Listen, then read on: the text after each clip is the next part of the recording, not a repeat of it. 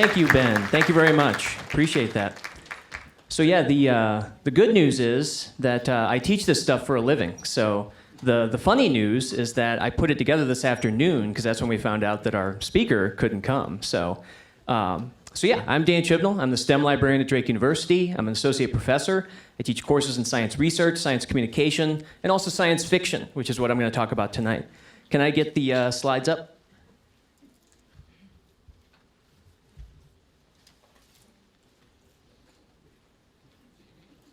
Oh, maybe. Maybe it fell asleep, yeah.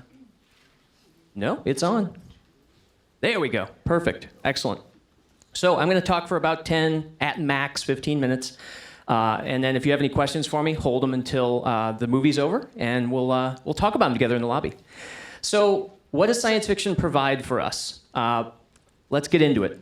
So what we're talking about here, when I teach my science fiction course, what I'm really getting my students to think about is the relationship between science fiction and science.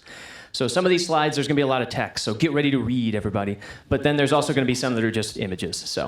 But I'm trying to get people to really think about, why do we come to see science fiction movies? Why does it still exist as a genre? What does it provide for us? What does it give us?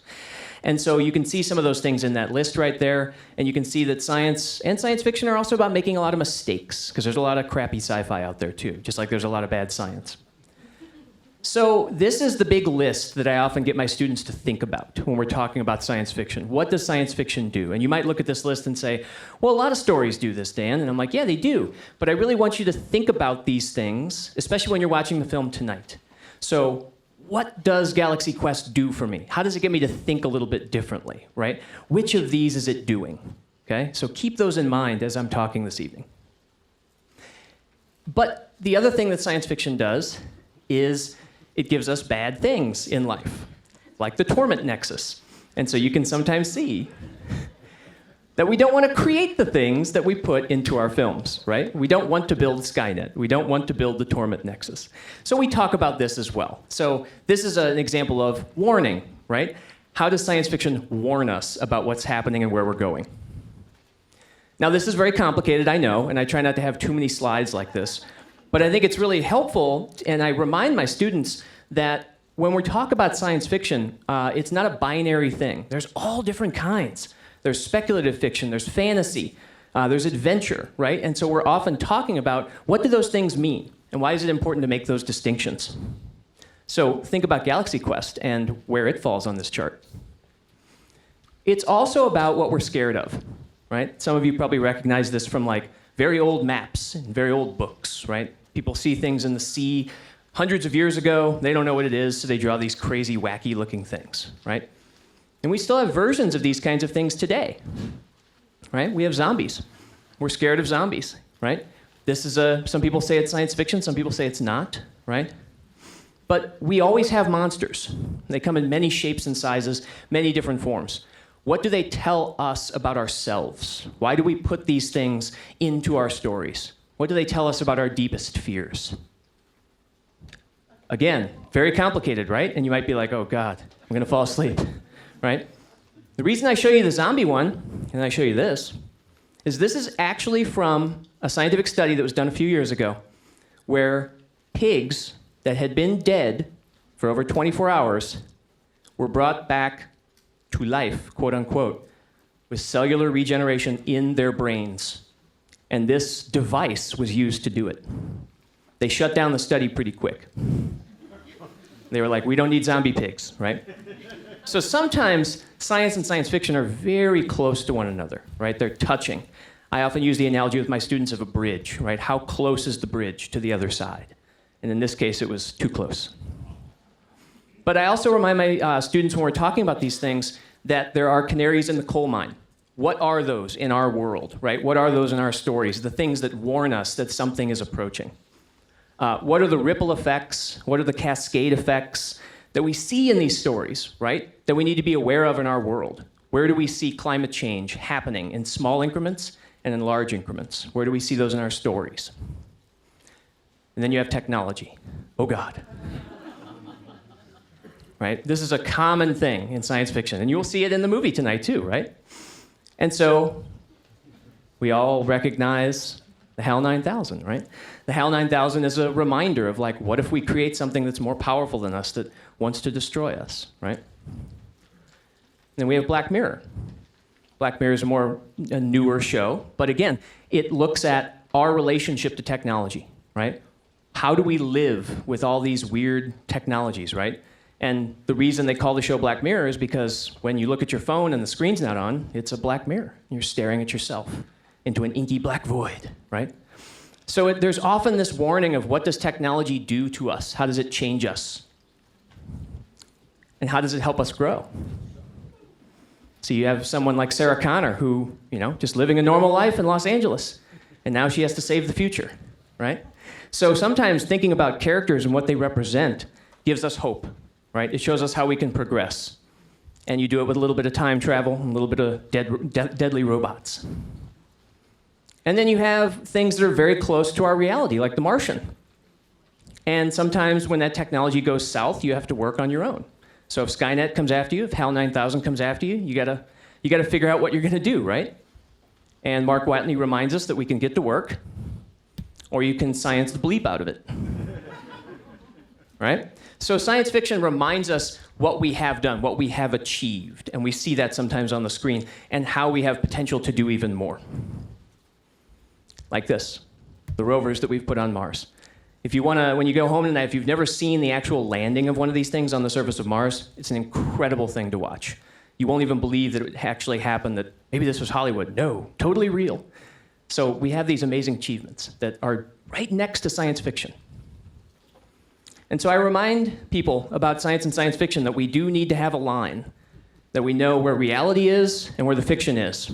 Because it's important for us to practice our mental habits of making distinctions between what is real and what is not, and what is that gray area in between. And how does the fiction lure us from the real world into the fake? Here's an example. Anybody ever heard of this? No? Neither do my students.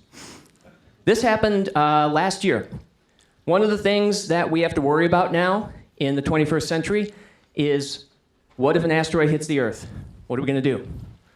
And they said, well, you know what? We should borrow a line from science fiction. We should do something about this, right? And there's a great passage from a book I read a few years ago about the influenza pandemic of 1918. And it gets into what's happening here. And I want to show you the quote. And this author, John Barry, he's reminding us that at the time, for most of human history, humans didn't really have a science. They didn't have a technology that could save them. But for the first time, he argues, in 1918, we did. And we didn't submit to nature anymore. We were like, no, we're going to do something about this, right? We are going to confront it, right? We're going to confront the force directly with our developing technology and with our minds. And that's what we did. And that's what we did during the pandemic in 2020 as well. And that's what we did last year when we slammed into this asteroid and blew it up. This is the Dimorphos asteroid. We threw a satellite at it to see if we could change its direction, to save Earth. This one actually wasn't coming at Earth. This was just a test. But it was proof that we could do this if we ever needed to. We confronted a threat from nature with our minds and with our developing technology. And we continue to explore, right? We use things like the James Webb Space Telescope to make the invisible visible, to see things that we did not know were there before. We find out that Venus has an amazing, beautiful surface, that it was once like Earth, but what happened to it? We have found over 5,000 exoplanets beyond our solar system, and there are countless more. We've even slammed into another asteroid and brought a sample back to Earth to study, to find out what it's made of, to find out how our solar system was born. These ideas are often born in science fiction, but then they become actual science. And then I get my students really angry when I talk about this, because I always end the first class period with, no, it's not. And then they're like, all riled up for the next class period, right? But the reason we do this is, again, it's those mental habits. Why do we make distinctions? Why do we want to know what is fantasy, what is adventure, right? It's practice for the mind to to figure out what is real and what is not, and what is possible. Some of the others, right? Classic science fiction, The Matrix, adventure, Indiana Jones, The X-Files, pseudo sci-fi, and fantasy, Game of Thrones. And then we also make distinctions about aliens, right? What do they represent? Why do we represent them this way? Why do they look like this? What does it mean, right? Surface level stuff.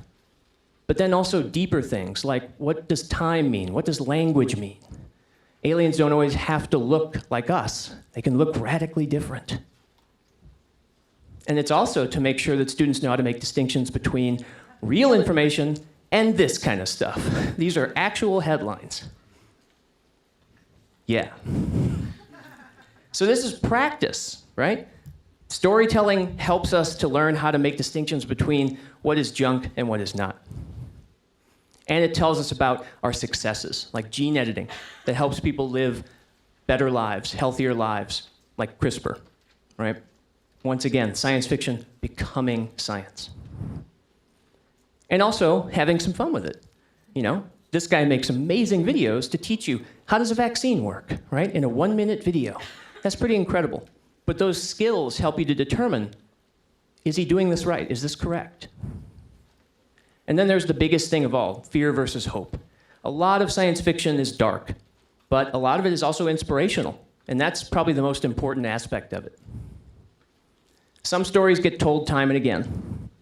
Frankenstein to Ex Machina, The Time Machine to Bill and Ted, right? Probably not on the same playing field dramatically, but you get the idea. And then warnings about technology, again, of where we're going, right? How we can travel differently. What happens when we build robots to help us out? And a great quote from Frederick Pohl up there that science fiction isn't always about predicting the automobile, but predicting the traffic jam, predicting the problem that's coming, not necessarily the solution. And sometimes it's just about good relationships. It's about inspiration, right? Technology that can help us and give us something to sort of aim for in the darkness. And then finally, I often ask people this question: is science fiction a form of resistance? And then my students are like, whoa, this is deep. What does that mean? And I say, well, you want in your stories to see representation. You don't just want to see one type of person. You want to see many different type of people, right? From all across the earth, from all across time. And so it's important that we make sure that our science fiction is diverse to resist sort of that homogeneity, you know? And I tell them this story about how in the early days of Star Trek, Nichelle Nichols wanted to quit. And she met Dr. King at a party. And she told him that she wanted to quit because she wanted to go like help him do the nonviolent resistance. And he said, absolutely not, you have to stay. And she's like, why? And he said, do you know how many people watch that show and see you and are inspired by you, right? And she said it was that talk that she had with him that changed her mind and kept her in that career and made her legendary. And made her legendary for people just like this, Dr. Regina Barber, who works for the podcast Shortwave on NPR. And her and countless others would watch movies and shows like this, and they would tell you years later, the reason I'm in this is because of this. I would watch the show with my father, and it would inspire me. And that's why I'm a PhD doctor today. And so one of the last things I'll say here, the great bell hooks says, our imagination is where our strength to resist lives. If we don't have an imagination, if we can't create great stories, then how do we resist sort of just the norm, the default setting, right? The same old story. We have to have an imagination to resist just the norm. And Toni Morrison reminds us, too, that we're moving in the direction of freedom, and the function of freedom is to free somebody else. And so one of the last questions I ask my students is, how does science fiction and storytelling do that? How does it give us the opportunity to move forward and to help somebody else see the world a little bit differently? And I would say that when you watch this tonight, that you're seeing that in action. Even though it's a comedy, even though it's silly, there's still at the core of this film this idea that this alien race has been inspired by a group of actors to do something different, to change their culture, to save their people. As silly as that may sound, that's at the heart of science fiction. It inspires us. It gives us hope. It gives us something to move forward into the future with. And so the last slide, I'll show you this quote, one of my favorite quotes from G.K. Chesterton. And he says fairy tales, but I would substitute science fiction in there. And I'm just going to read this one because it's so good. He says, fairy tales do not give the child their first idea of boogie. And he means like the boogeyman, right? The devil, the darkness, right? What fairy tales give the child is their first clear idea of the possible defeat of boogie. The baby has known the dragon intimately ever since they had an imagination. What the fairy tale provides for them is a St. George to kill the dragon. May science fiction give us that light and that ability to fight back, to do something good, and to progress and to have hope. So thank you. Enjoy the film.